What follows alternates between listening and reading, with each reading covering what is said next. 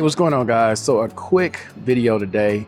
I recently took out the DJI Osmo Action 5 Pro yesterday. I didn't get a chance to walk around with it, so I shot a lot of the content from the car. And it was a similar day to today, pretty cloudy, no sun out.